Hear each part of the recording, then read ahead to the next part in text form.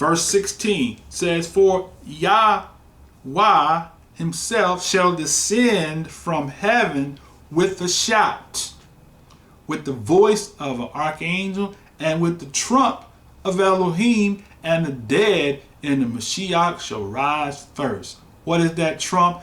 The last trump. That's a whole other lesson, but he said that he's going to descend from heaven with a shout.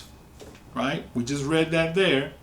In Zechariah 4, he said what? That the headstone shall come thereof with shoutings. Okay? Shall come with shoutings or crashing or clamor. That's what that word is. It's teshua, which means clashing or clamor, right? So he said clashing or clamor, or with tempest, a rush over, a tempest with devastation. Boy, I'm telling you, that's some powerful stuff there. So when the Mashiach gathers, when those that died are resurrected and those of us that are alive remain shall be caught with them in the cloud, then what happens? It's like shoo, shoo. That's a rushing shout, a clamor, right? Getting ready to do what? Do battle, right? Now, so he says,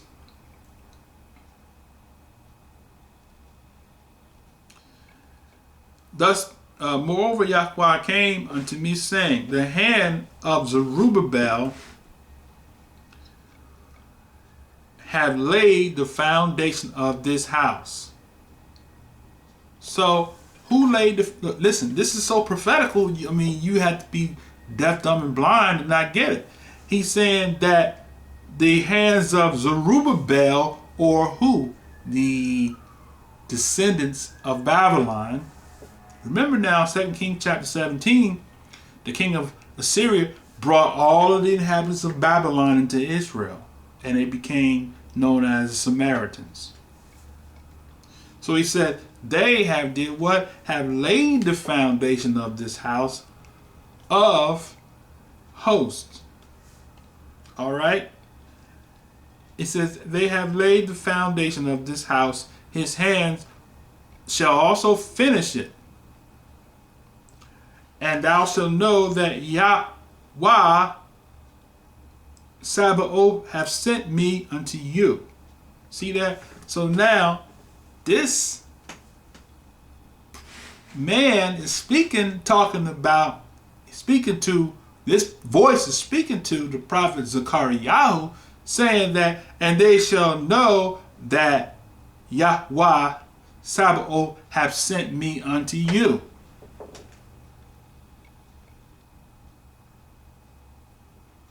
So for those that non-Messianic, we're learning a whole lot of stuff in the process of this lesson. But right here we see that the word came to Zechariah saying this, and saying that the Most High is going to bring those who are his host or his army, who he said have sent him. And they're coming with him. I cannot see how anybody cannot get that. Let's read it again. The hand of Zerubbabel have laid the foundation of this house. His hands also have finished it, and thou shalt know that Yahweh of Sabaoth, which is the army, Yahweh of his military army, have sent me unto you. See that? The hosts. For who have despised the day of small things? For they shall rejoice and shall see the plummet, and in the hand of Zerubbabel. With those seven, they are the eyes of Yahweh, the seven spirits. Upon the earth, they are the eyes of Yahweh, which run to and fro through the whole earth. So now we got the eyes of the Most High running to and fro in the whole earth. What is it? The seven spirits. Remember what did Yahshua say? I will pour out my spirit upon all flesh, right? He said, Yahshua said that when I go, I will send you the comforter, and the Comforter, which is the seven spirits of the Most High, which is to and fro on the earth, given the ability, the power, and might. Let's look at that right quick. Isaiah chapter 11. This is what the seven spirits is doing. The seven spirits is going through the earth. All right. Another one of the scriptures for the non-messianics who still don't believe in the Mashiach. We see it again in the Tanakh that you call Torah. But he says everything that the Most High says is Torah. So there's no such thing as Torah is only 5 books. Now, he said,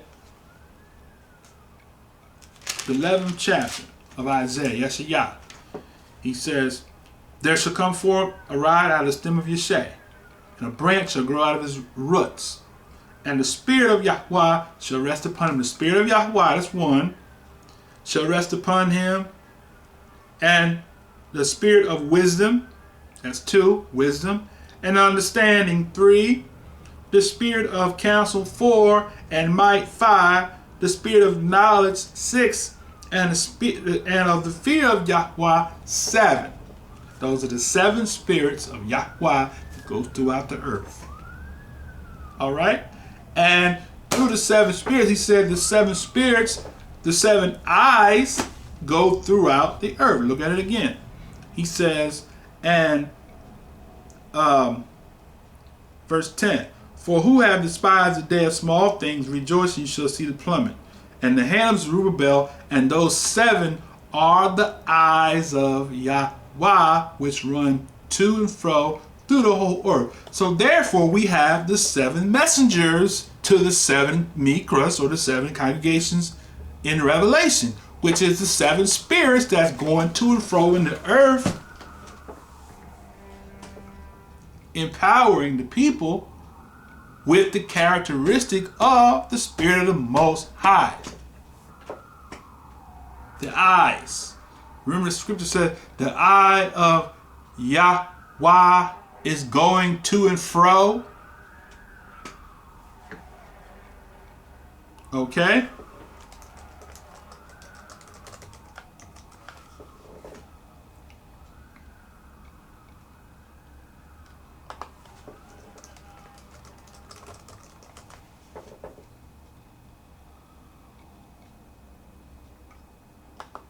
Okay, now, 2 Chronicles 16:9 reads this. It says, for the eyes of Yahweh run to and fro throughout the whole earth to show himself strong in behalf of those whose heart is perfect towards him. Herein thou hast done foolishly, therefore from henceforth thou shalt have wars. So it's saying the eyes is running to and fro. The 7 spirits. I mean, whew, boy, is that powerful or what? So if we look at Zechariah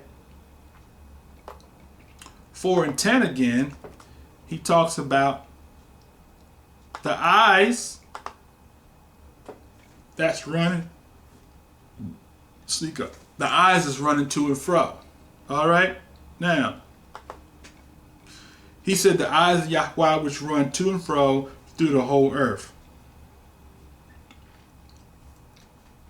Now look at verse 11. He says, then answered I and said unto him, what are these 2 olive trees upon the right side of the candlestick and upon the left side thereof? So you got the candlestick, and then you got the 2 olive trees sitting beside the candlesticks. Look at what happens. And I answered again and said to him, what be these 2 olive branches? Now he calls them branches now, because he's that, well, they're really not trees, they're actually branches from the 1 olive tree. All right? And which thou, he says, the 2 olive branches which through the 2 golden pipes empty the golden oil out of themselves. So what is that saying? The enemy has us fighting over Yahshua versus Yahushua versus Yahushua versus Yahuwah versus Yahweh versus Yahweh versus Yahuwah. I mean, and now the olive trees is divided over trivial issues when we are supposed to do what? Let's read this again, verse 12. I answered again and said unto him, what be the two olive branches which through the two golden pipes empty the golden oil out of themselves? What is that? The judgment of the nations, right? And he answered me and said, knowest thou not what these be? And I said, no, my master. And he said, these be the two anointed ones that stand by Yahweh of the whole earth. Two anointed ones, right? The two anointed trees. The wild olive tree and the natural tree who's been grafted back into the olive tree, and the wild olive tree who's been grafted into the olive tree, which are the two anointed ones on the face of the earth. Not Elijah and Moses.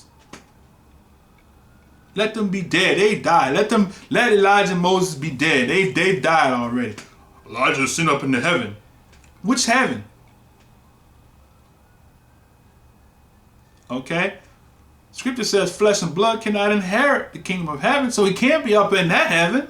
So he must have gone into the sky and died somewhere like Moses. We find that Moses was led over the other side of the mountain and he was buried by the angels. Nobody can find his tomb because why? The Most High hid it. They didn't want him to find, because they would probably dug him up trying to do like Shaul did with Samuel. Had a soothsayer to dig his bones up. Instead of seeking the Most High, we trying to dig up bones. We got people following Egyptology trying to dig up the dead bones of Egyptology when the civilization is dead. Let Egypt be dead. It's dead, man. So he said, and these be the two olive, the anointed ones that stand by Yahweh of the whole earth. All right, now, let me get this last chapter in here.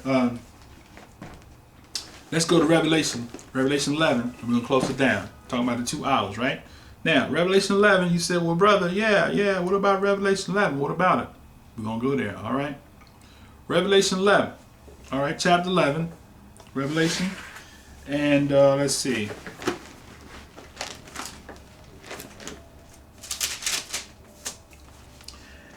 I said then have, I'm sorry, Revelation 11. Sneak out. Revelation 11. All right.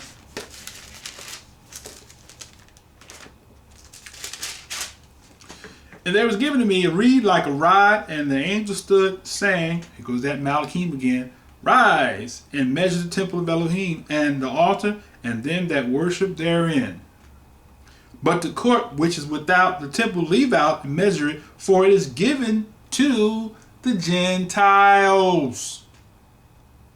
And the holy city shall they tread underfoot 42 months, right? Prophetical months, right? And they will give power unto the two witnesses. Or he said, I will give power to the two witnesses, and they shall prophesy 1,260 days, clothed in sackcloth. So the two witnesses are the two candlesticks, which is the wild olive and the natural olive tree, that's engrafted into the true branch. Okay, now, so he says that, hold on, the scripture comes to my mind, I gotta go there.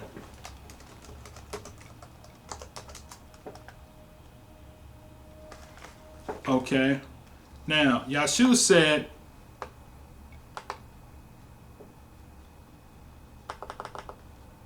let's see, Yeshua said,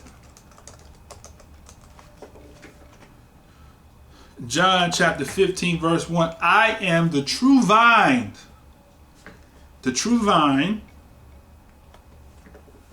And he says, and my Father is the husbandman. So what is he saying? He says, I am the true vine, and my Father is, read that in the scriptures version, I am the true vine, and my Father is the gardener. Every branch in me that bears no fruit, every branch in me that bears no fruit, he says. So he is actually the olive tree. And we are branches of the wild olive and branches of the olive tree that was cut off. So he says, every branch in me that bears forth no fruit. So we have two separate olive trees that is engrafting into the one olive tree, because it was cut off, just like the Gentiles, but they were grafted back into the olive tree to be a part of that one tree. Two separate trees cut off, merged back into the one tree. All right? Now, so he says, every branch that bears fruit, he prunes so that it brings forth fruit. You are already clean because the word which I have spoken to you. All right, now, so let's get back to Revelation 11. So he said that, leave it out for the Gentiles, and I will give power to my 2 witnesses, and they shall prophesy 1,260 days, clothed in sackcloth. So, during 3.5 years, 2,360 days, they're going to prophesy. So you're going to have the two olive trees or the 2 candlesticks prophesying in the time of tribulation. They'll be sitting up in heaven. They'll be prophesying during this time. And it's not Israel, the church. It's called the Israel, the wild olive, and Israel, the natural branch. And then he said, I will give power unto my 2 witnesses, and they shall prophesy 1,260 days, clothed in sackcloth. These are the 2 olive trees and the 2 candlesticks standing before Elohim of the earth, which is what we just read in Zechariah chapter 4. It confirms what he's saying. So the 2 olive trees that are before the Elohim of the earth. And if any man will hurt them, fire proceed out of their mouth. What is the fire? The sword. And devour their enemies. So the enemies, what did he say? They overcame them by what? The word of their testimony. If any man will hurt them, he must in this manner be killed. These have power to shut heaven, that it rain not in the days of their prophecy. So the Most High will give ability for us to be a voice of the judgment of the bowls through our mouths. That's why we got to stop fighting and get into the prophecy and get into the covenant and look at this thing and say, hey, scripture comes to mind.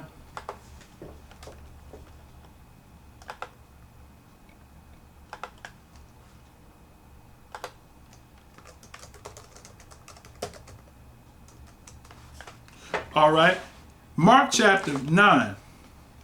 Because we got people putting the Gentiles out of the picture when they are the other olive tree.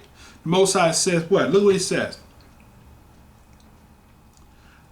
Mark chapter 9, verse 38. And Yachanan answered him, saying, Master, we saw one casting out devils in thy name, and he followed not us. And we forbade him, saying, because he didn't follow us. But Yeshua said, forbid it not, for there is no man which shall do a miracle in my name that can lightly speak evil of me. And whosoever shall give you a cup of water, drink in my name, because you belong to the Mashiach, verily I say unto you, he shall not lose his reward. And whosoever shall offend one of these little ones that believe in me, so you're offending them when you're attacking them and you're saying that Gentiles can't be saved. Whosoever shall offend one of these little ones that believe in me, is better for him to have a millstone hang about his neck, that he were cast into the sea. And that if thy hand offend thee, cut it off. For it is better to enter into life maimed than having 2 hands to go into the lake of fire that shall never be quenched. All right. Now, so I want to go to another place to look at the Luke chapter 9. Yachanai answered and said to the master, we saw one casting out devils in thy name. We forbid him because he followed not with us. So he was not of our camp. He was not a Hebrew Israelite. He was a Gentile. He was an Edomite. All the terminology we use. But he said, look, they got upset. We forbid him to cast out devils in that name. Who called you to tell people not to use the name of the Most High? He said, so we forbid them because they followed not with us. They wasn't part of our camp. Yahshua said to them, forbid him not, for he that is not against us is for us. Give us a call, 312-927-4373. So he said, he that's not against us is for us. Right? Now, let me get back. So, he said that these have power to shut up the heaven, Revelation 11:6, that it rain not, and in their days of prophecy have power over waters to turn them into blood, to smite the earth with plagues, to smite the earth with all the plagues as often as they will. See that? So, the Most High wants us to be in position to where we can pronounce. You don't want to believe the Most High, these signs is going to follow. So you don't want to believe him, you know what? The blood. Well, what did Moshe do? When Moshe gave warning to the people, he told Pharaoh, let my people go. Pharaoh said, no, okay, you know what? Here's what's going to happen. The water's going to turn to blood. Water turned to blood. Right? All these things that he said. So what is the Most High saying? Through the mouth of the two candlesticks, we'll have the power to speak these things. Now, he said, and they shall have, and when they shall have finished their testimony, the beast that ascended out of the bottomless pit shall make war against them and shall overcome them and kill them. So that's talking about them going into prison camps. He said, you shall be led into captivity for my name's sake, right? Let's look and see what the Mashiach says there.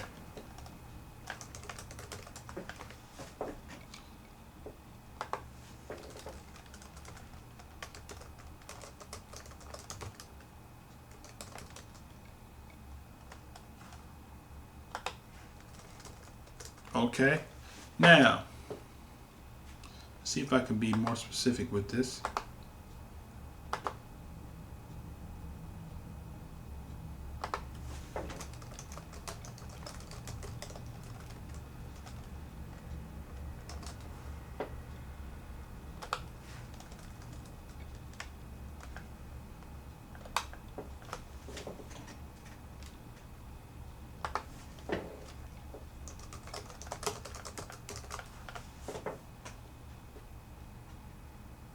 Okay.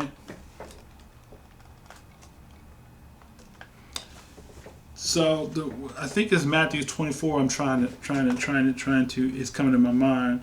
Say.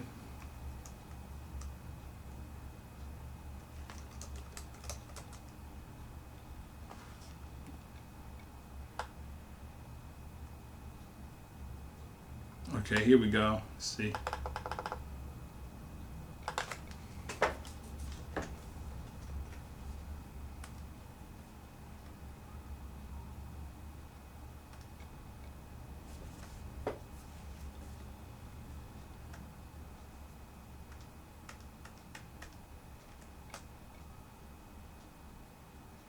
Okay, Luke 12:58, Mashiach said, when thou goest with thine adversary to the magistrates as thou art in the way,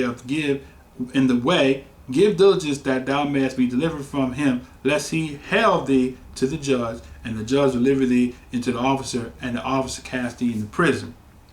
All right? Now, it wasn't the one I was looking for, but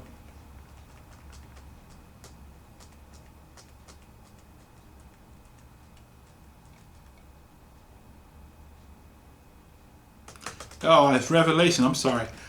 Revelation. That's where it is. Okay. All right. Just came back to me.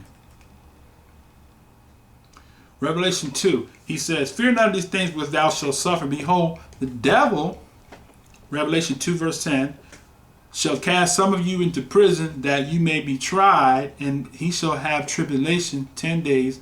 Be thou faithful unto death, and I will give thee a crown of life. So he's saying, after that, he said, Revelation, he said that, and after he's finished, testimony of the beast shall descend out of the bottomless pit, shall make war against them, and shall overcome them and kill them. Right? Now, so he's going to take people into